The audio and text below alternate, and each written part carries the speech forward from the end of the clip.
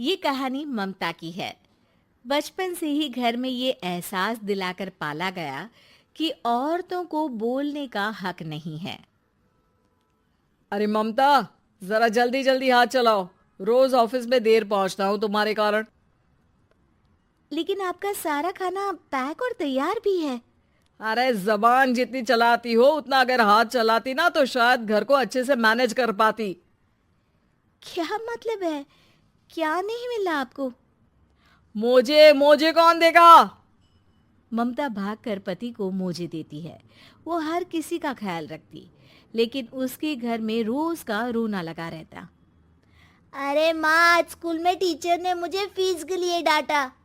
माँ, मुझे अच्छा नहीं लगता कि स्कूल में फीस के पैसों के लिए मुझे कोई भी बात सुनाए। अरे पर बेटा, ये तो पापा करते हैं ना, सारा ऑनलाइन। मुझे तो इसकी जानकारी भी नहीं है। हाँ हाँ, बना लो बच्चों के सामने मुझे बुरा। अरे करता तो मैं ही हूँ, माना, लेकिन मुझे कोई सपना थोड़ी ना आएगा कि बच्चों की फीस जमा करनी है। अरे बताओगी तो तुम ही ना। ममता की अब ये आदत में शुमार हो चुका था। वो हमेशा हर बात के लिए खुद को ही दोषी मानती। एक दिन वो पड़ोस की दोस्त से कहती है, समझ नहीं आता यार, मैं इतनी डम कैसे हो सकती हूँ। बात तो सही भी है ना। अब पति बेचारा नौकरी करे, पैसे कमाए, या फिर ये देखे कि बच्चों की फीस का वक्त है। क्या करूँ यार। पता नहीं, मेरे पति तो सारा काम खुद ही करते हैं। वो तो कहते हैं कि तुम थक जाती होगी, सारा दिन घर बाहर बच्चे तो। अच्छा, ऐसे भी पति होते हैं क्या? अरे क्या बात कर रही है? भाई साहब कभी तुझे किसी बात के लिए सुनाते नहीं? किसने कहा नहीं सुनाते? अरे ये पति चीज ही ऐसी होती है कि बिना पत्नी को सुनाए उन्हें चैन की नींद कहाँ आती है। तो तू भी परेशान रहती होगी कि कैसे, क्या, कब भूल गई।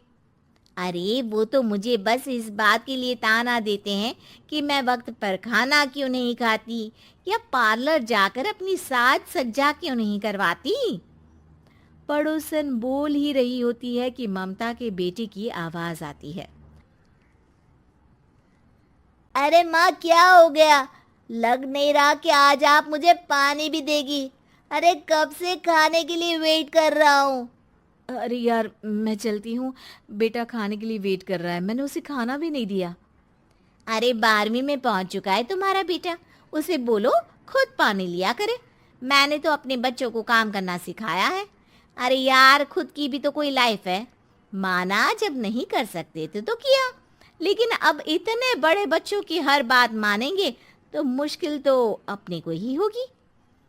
ममता को पड़ोसन की बात में दम तो लगता है, लेकिन करे क्या, आदत भी तो खुद ही ने डाली थी। ममता घर जाती है कि तभी बेटी आ जाती है। माँ, परसों मुझे एक शादी में जाना है। तेरी वो जो लाल वाली साड़ी है ना, उसे दे देना। मैं आज जाकर टेलर को दे दूंगी, वो उस साड़ी से सूट बना देगा। अरे नहीं नहीं तारा, वो मेरी माँ ने मुझे दी थी और उस साड़ी से मेरी काफ़ी भावनाएं जुड़ी हैं। तुमको ना मैं दूसरी साड़ी दे दूंगी। ओके, कोई बात नहीं, लेकिन आज दे ही देना पक्का। तारा माँ की साड़ी से सूट बनवाकर पार्टी में जाती है, लेकिन जब वो पार्टी से लौटती है, क्या है, मैं तो समझ ही नहीं पा रही हूँ। अरे जब वो साड़ी मांगी थी तो ये छल्ली सी साड़ी क्यों दे दी? मैं ही पागल थी जो इस साड़ी का सूट बनवा लिया मैंने। माँ, जानती भी हो कि कॉलेज में मेरी कितनी हंसी उड़ी। तभी वहां ममता का पति सुनील आ जाता है। अरे गवार औरत, जब बेटी साड़ी मांग रही थी तो दे देती ना। अरे पापा, इनके तो इमोशंस जुड़े थे उस साड़ी से। ममता इतने सब के बाद भी कुछ नहीं बोलती।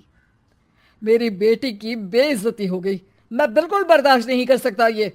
मैं नहीं चाहता कि मेरी बेटी से कोई भी ज्यादा सुंदर लगे पूरे कॉलेज में। जी, वो पढ़ने में तारा बिल्कुल अच्छी नहीं है, उसकी पढ़ाई पर आप ध्यान दीजिए ना। अच्छा, अब तुम मुझे बताओगी कि मुझे किस पर ध्यान देना और किस पर नहीं। रमेश जैसा ही ये वाक्य पूरा करता है, ममता की बेटी और पति उस पर जोर जोर से हंसते हैं। अरे ठीक है ना, पता ही नहीं चला कि कैसे वक्त इतना बीत गया। अरे कैसे पता चलेगा माँ, हम लोगों के पीछे जो तू बैताल की तरह चिपकी रहती थी, तुझे कैसे वक्त का पता चलता।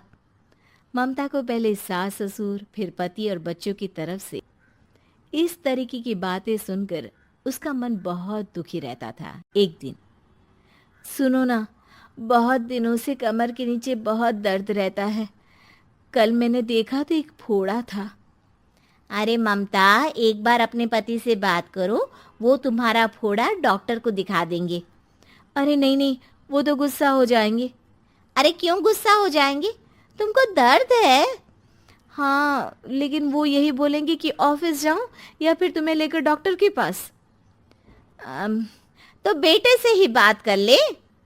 अरे वो तो मैं कर लूं, लेकिन फोड़ा है ऐसी जगह कि उसे बताते मुझे शर्म आएगी। लेकिन कुछ ना कुछ तो करना जरूरी है ना, ऐसे कब तक फोड़े के दर्द से तड़पती रहेगी। अब तो सोच रही हूँ कि इनसे बात कर ही लूं, वरना दर्द के मारे कहीं मर न जाऊं।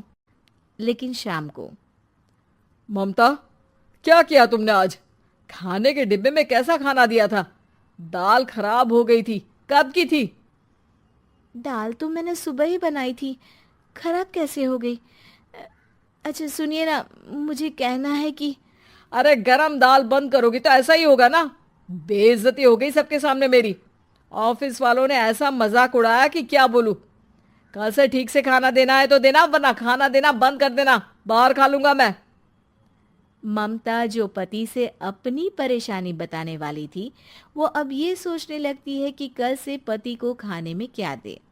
अगले दिन ममता थकी थकी सी हालत में, आप लोगों के लिए नाश्ता बना दिया है, खाना बनाने की हिम्मत नहीं है आज तो। रात भर सोकर थक गई है ना, इसीलिए तो खाना नहीं बना सकती। हिम्मत नहीं हो रही है, मैं बस सोने जा रही हूँ। बस मैडम को सोने का बोल दो, फिर देखो कैसे सोती रहती है। माँ, फिर वही पराठा सब्जी।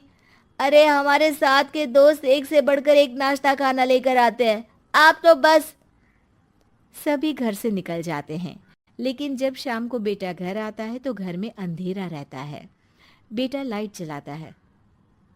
क्या माँ, तुम्हारा भी जवाब नहीं है बिजली का बिल बचाने के लिए? वो बोल ही रहा होता है कि सामने माँ जमीन पर लेटी मिलती है। वो उसके पास जाता है। अरे माँ, क्या हो गया माँ? तभी वहां पड़ोसन आती है। अरे बेटा, तुम्हारी माँ के पैर के पास एक फोड़ा है, जिसके कारण ये लगातार कमजोर होती जा रही थी। मैंने उसे पहले ही कहा था कि घर में बता दो, लेकिन तुम्हारी माँ किसी को तंग करना नहीं चाहती थी। तभी वहां डॉक्टर आ जाता है। अरे इनके ऑर्गन में दिक्कत है, कोई बात है जो इनके मन में खटक रही है। अरे नहीं नहीं, इसके मन में कोई बात नहीं है, कोई काम है नहीं ना इसके पास, सारा दिन बस घर में ही रहती है। देखिए, मैं तो ये नहीं जानता, लेकिन हाँ, इनके मन में हमेशा कोई बात रह जाती होगी, इसीलिए उनकी ये हालत है। अगर आप समय से नहीं ले आते तो हो सकता था कि। अरे नहीं नहीं डॉक्टर साहब, हम पूरी कोशिश करेंगे कि वो ठीक हो जाए। हम लोगों ने अपनी ही परेशानी माँ के सामने रखी, लेकिन किसी ने माँ की दिक्कत को जानने की कोशिश तक नहीं की। हाँ, मैंने भी ममता को हमेशा घरेलू जरूरत से ज्यादा काम का नहीं सोचा था। ममता को होश आता है और वो खुद को अपने बेडरूम में देखती है। वो उठने की कोशिश करती है कि माँ, अब आप नहीं उठेंगी, हम लोग है ना, हम लोग आपको पूरी तरह से खुश रखने की कोशिश करेंगे।